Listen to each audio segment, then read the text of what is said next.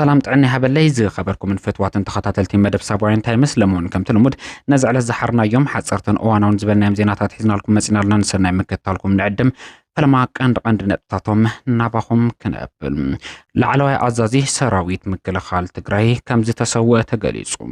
عبزو قد زبصحنا حبريتا كنكافلكم إنا عبي كتما عدقرات قفا من عسي كايد كم زلون نزقربا كسامل كتو زبصحنا سوصي حبريتا كنكافلكم إنا عبي بوليتيكا تقراي زرزل حدش مكفال كبير سقاط فتير يركم جنرال تادس وردا كالصالي سقاط تقراي خوين يركم عبزو قد زرزر حبريتا كسبعهم كاب إثيوبيا تبجيسا ناب سودان زساجرت درون بمتقعت سراوي سودان كم زت حمششة تسمع لهم أبزو قداون زرزر حبريتنا بهم كنابرينا بخالي وجن كبرات فتوات تقتتلتنا مس علم لخن وشت أو قدات بيزنس تحيزون حدش مدلو جميرنا لنا دحر زرزر زيناتنا أبي موداتها نبهم كقربوية لايك كومنت شير سبسكرايب داغوركم نملا مدلواتنا اسكعفت أم بمسنح كتكتاتلون عدم ببزل خمس سنة يصان حتي قبرلنا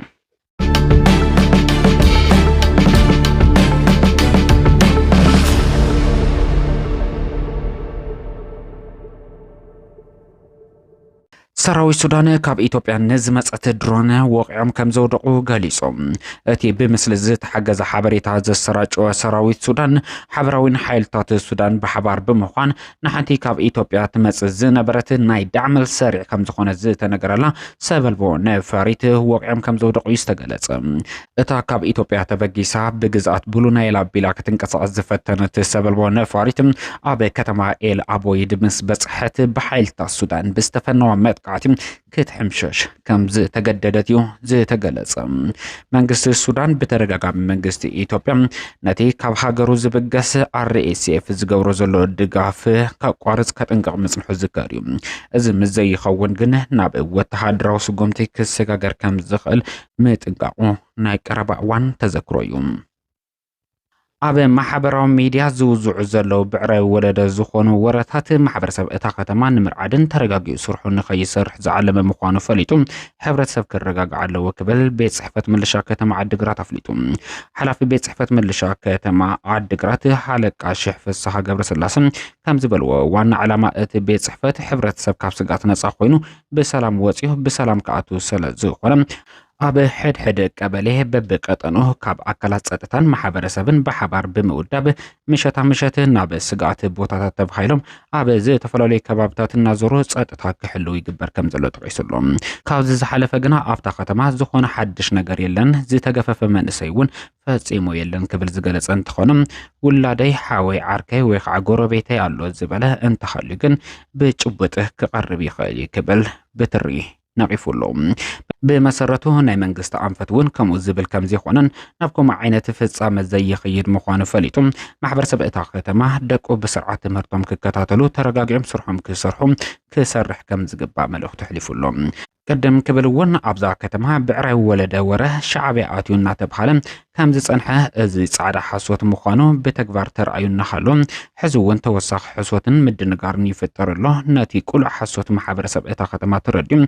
كله تتوكبلون كقالو عني قبا خبل ملوخ تحلفولهم بتوساق اتم كابي كم زعينت بعري ولد أجندا انا فتروه من اسي ترقاقيون عبعدو كي ينبر اقرو نبز مرحو كسدد كبتن بيت سبن نبز خفا الشجر كأتو زقورو زلو والكسبات منقسم نابي تحتات النت كعربهم كم زقبا دما وسيخهم تعيسهم اللهم بوررت حيلتات تحيزو زلو مريت تقراي كم مكة تعيقير كام مقربة فتصوم تقبالنات زيبولون نحق منقسن هو على بريتوريان ون زي صارر يكبل بوليتيكا ودبه عاصمبا قليصون عاصمبا ديمقراطية بارتي لو مابزوصوم مجلسم منقست فيدرال بمسرس من معنات بريتوريا خونه حق منقست إثيوبيا تمزابلت وقنات نابه مربتهم عبه كندي مملسن ندادي نابه تقراي كياتو بمقاد سلاحتاو صنتت انقصل مخوانو بتري نغيفولهم قلقالوت بانكي بمعصاو مدحانيت بمخلكال دمو سراحتنياتات منقستي كياتو بمخلكال بمعقات ابلع لحزب تقراي زي جمرو سلاحتاو صنتت قصيلو لي يركب كبلون ودب عاصمبا ديمقراطية بارتي تقيسولهم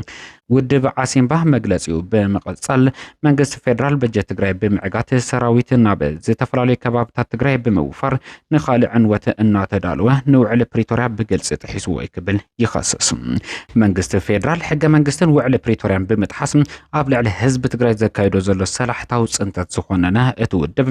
ብወረርቲ ሓይልታት ተታሒዙ ዘሎ መሬት ትግራይ ከም መካትዕ ጌርካ ምቕራብ ንሕገ መንግስትን ውዕሊ ፕሪቶሪያን ብግልጽ ዝጥሕስ ክብል ጠቒሱ። ኣብቲ ዝተወረረ ከባቢታት ትግራይ ዝነብሩ ተወለድቲ ትግራይ ካብ መንበሪኦም ተመዛቢሎም ኣብ ማእኸል መዕቆቢ ይዝርከቡ ወገናት ይሳቀዩን ይሞቱን ብምህላዎም ከም ህዝቢ ብኽብርን ብውሕስነቶምን ናብ መረበቶም ንኽምለሱ ዝምልከቶም ኣካላት ብቆራጽኝነት ክሰርሕ ይግባእ ክብል ጠቒሱሎም። መንግስቲ ኢትዮጵያ ክቋረጽ ዘይግብኦ ሰብኣዊ መሰል ዜጋታት ዋላ እኳ እንተኾኑ ነዳዲ ናብ ትግራይ ከይኣቱ ዓጊቱ ባንኪ ዓጽዩ መድሓኒት ከልኪሉ ደሞዝ ሰራሕተኛታት መንግስቲ ከይኽፈል ገይሩሎ ዝበለ ውድብ ዓሲምባ እቶም ግልጋሎት ብህጹጽ ክከፈቱ ንህዝቢ ትግራይ ተበጽሐ ክኾኑ ጻውዒት ኣቕሪቡሎም። መንግስቲ ፌደራል ኣብ ልዕሊ ህዝቢ ትግራይ ዳግም ጽንተታዊ ኩናት ንምክያድ እናተዳለወ ብመራኸብቲ ሓፋሻት ኣቢሉ እውን ብግልጺ እውጅ ብምህላው ማሕበረሰብ ዓለም ነዚ ጭካነ ዝተመልኦ ተግባር ክኹንኖ ዓሲምባ ኣብ መግለጺኡ ወሲኹ ጠቒሱሎም። ተጋዳላይ ኮሎኔል ፍስሓ ገብረስላሴ ተሰዊኡ ካብ ናይ 17 ዓመት መሪር ተጋድሎ ጀሚሩ ክሳዕ መኸታ ኣንጻር ጆኖሳይድ ኩናት ምእንተ ህልውና ህዝቢ ትግራይን ዓዱን ኣብ ዝተገበረ ቃልሲ ተዋጋእን መዋጋእን ብምዃን ሙሉእ ዕድሚኡ ዝተጋደለ ጀግና ሰለስተ ምዕራፍ ተጋዳላይ ኮሎኔል ፍስሓ ገብረስላሴ ወይ ከዓ ፍስሓ ዓፋሽ ብዛጋጠመ ሕመም ሕክምና ክከታተል ድሕሪ ምጽናሕ ሎም መጋቢት 8 2018 ዓመተ ምህረት ብኣቆጻጽራ ግዝ ከም ዝተሰወ ተገሊጹሎም። ስነ ስርዓት ቀብሪ ተጋዳላይ ፍስሓ ጥቃ ቤተ ክርስቲያን ካቴድራል ቅዱስ ገብርኤል መቐለ ኣብ ዝርከበ መኻነ መቃብር ሓርበኛታት ትግራይ ጽባሕ መጋቢት 9 2018 ዓመተ ምህረት ብኣቆጻጽራ ግዝ መቃልስቱን ስድሩን ኣብ ዝተረኸብሉ ክካየድ ምዃኑ ተገሊጹሎም። ብመስዋዕቲ ንዝተፈለየና ጅግና ተጋዳላይ ኮሎኔል ፍስሓ ገብረስላሴ ነፍሱ ብሰላም ክትዓርፍ እንዳተመነና ንስድሩ ንፈተውቱን መቃልስቱን ድማ መጽንዕና ንምነም። ኣብ ማሕበራዊ ሚድያ ፖለቲካ ትግራይ ኣብ ክልተ መቂልካ ዳግም ክከፋፈል ዝዓለመ ሓደገኛ ምንቅስቃስ ይካየድ ከም ዘሎ ተገሊጹሎም። ጀነራል ታደሰ ወረደ ካብ ስልጣን ኣይወርድን ኢሉ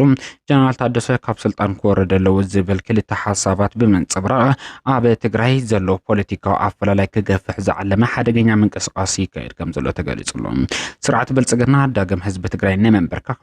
ዘሎን ዘየሎን ዓቕሙ ኣዋዲዱ ኣብ ዶባ ትግራይ ኣብ ዝወፈረሉ እዋን ፖለቲካ ትግራይ ኣብ ክልተ ንምኽፋል ዝዓለመ ህዝቢ ትግራይ እውን ካብቲ ዋና ሓደገኛ ዝኾነ ምንቅስቃስ ስርዓት ብልጽግና ቀልቡ ክስሕብ ብምግባር ዝግበር ዘሎ ሓደገኛ ምንቅስቃስ ክእረም ከም ዝግብኦ እንዳተገለጸ ይርከብ።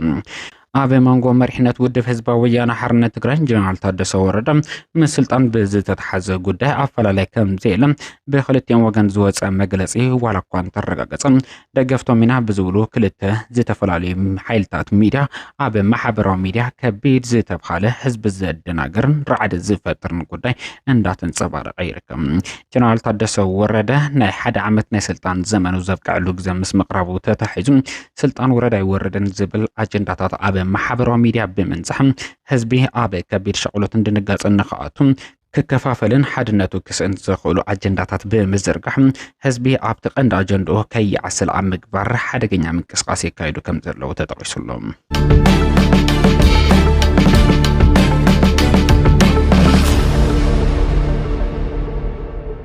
ኣብ መወዳእታ ናብ ቢዝነስ ዜናታት ክነስግረኩም ዕዳጋታት ኣክስዮን ኣሜሪካ ቁሩብ ምልዓል ከም ዝጀመሩ ተገሊጹሎም።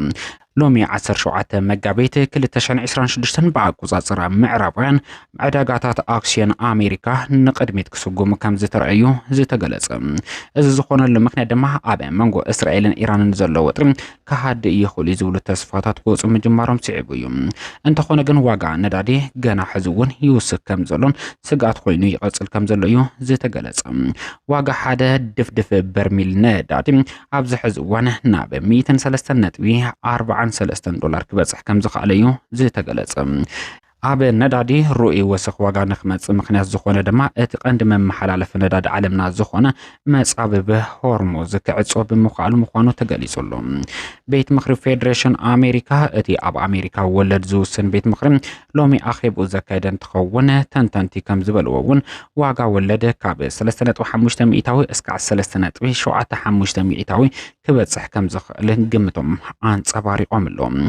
ዶላር ምስ ካልኦት ዓለም ለኻዊ ገንዘባት ክርአ ከሎ ብፍላይ ድማ ምስ ኣውሮፓን ናይ ጃፓን የንን እንክነጻጸር ከሎ ሓያል ኮይኑ ከም ዝውዕል እውን ክፍለጥ ተኻኢሉሎም። ምስ ኢትዮጵያ ተታሒዙ ዝተሰምዑ ናይ ቢዝነስ ዜናታት ከም ዘመላኽቶ ድማ ናይ ናይጀርያ ኩባንያ ዳንጎቴ ምስ ቻይና ኩባንያ GCL ብምትሕባር ኣብ ኢትዮጵያ ክልል ሶማሌ ናይ መፍረይ ዱኽዒ ፋብሪካ ጋዝ ንምቕራብ ናይ 4.2 ቢልዮን ዶላር ስምምዕነት ከም ዝተፈራረሙ ክፍለጥ ተኻኢሉሎም። እዚ ስምምዕነት እዚ ን25 ዓመታት ዝጸንሕ ስምምዕነት ምዃኑ ተገሊጹሎም። ብኻሊእ ዜና ከዓ ማሕበር ቡና ኢትዮጵያ ንነጋዶን ኤክስፖርተራትን ህጹጽ መጠንቀቕታ ከም ዝሃበ ተገሊጹሎም። ኣብ ዓለም ለኸ ዋጋ ቡን ካብ $4 ናብ $2.8 ክወርድ ብምኽኣሎም ነጋዶ ቡና ከየቕርቡ መጠንቀቕታ ከም ዝቐርበ እዩ ዝተገለጸ። ቡና ድማ ናብ ዕዳጋ ክቐርብ ብዘይምኽኣሉ ብሃገር ደረጃ ብነጋዶ ደረጃ ከቢድ ኪሳራ ከስዕብ ከም ዝኽእል ተገሊጹሎም። ኢትዮጵያ ኣብ ዝሓለፈ እዋን ካብ ንግዲ ወጻኢ 5.9 ቢልዮን ከም ዝረኸበት ክትገልጽ ተራእየላ። ብኻሊእ ወገን ክቡራትን ፍትዋትን ተኸታተልትና ሎም መጋቢት 17 2026 ብኣቆጻጽራ ምዕራባውያን ናይ ባንኪ ኢትዮጵያ ወግዓዊ ናይ ሸርፊ ዋጋታት እንታይ ይመስል ናብ ዝብል ትሕዝቶና ክነስግረኩም። ናይ ኣሜሪካ ዶላር ብ153.01 ናይ ኢትዮጵያ ቅርሺ ተገዚኡ ብ156.07 ብር ከም ዝተሸጠ ተፈሊጡሎ። ፓውንድ ስተርሊንግ ብ202.8 ኢትዮጵያን ብር ተገዚኡ ብ206.86 ኢትዮጵያ ብር ከም ዝተሸጠ ክፍለጥ ተኻኢሉሎ። ዩሮ ብተመሳሳሊ ብ175.17 ብር ተገዚኡ ብ178.67 ብር ከም ዝተሸጠ ክፍለጥ እንከሎ ናይ ዱባይ ድርሃም ድማ ብ41.66 ኢትዮጵያን ብር ተዓዲጉም ብ42.49 ብር ከም ዝተሸጠ ክፍለጥ ተኻኢሉሎም። ናይ ስዑድ ዓረብ ሪያል ድማ ብ40.78 ብር ተዓዲጉም ብ41.60 ሳንቲም ክሽየጥ ኪሉሎም። ናይ ካናዳ ዶላር ድማ ብ109.55 ሳንቲም ተዓዲጉም ብ111.74 ብር ከም ዝተሸጠ ክፍለጥ ተኻኢሉሎም። ዕለታዊ ናይ ቢዝነስ ዜናታትና እዚኦም ይመስሉ። ሓቢርኩምና ስለ ዝጸናሕኩም ካብ ልቢ ነመስግን።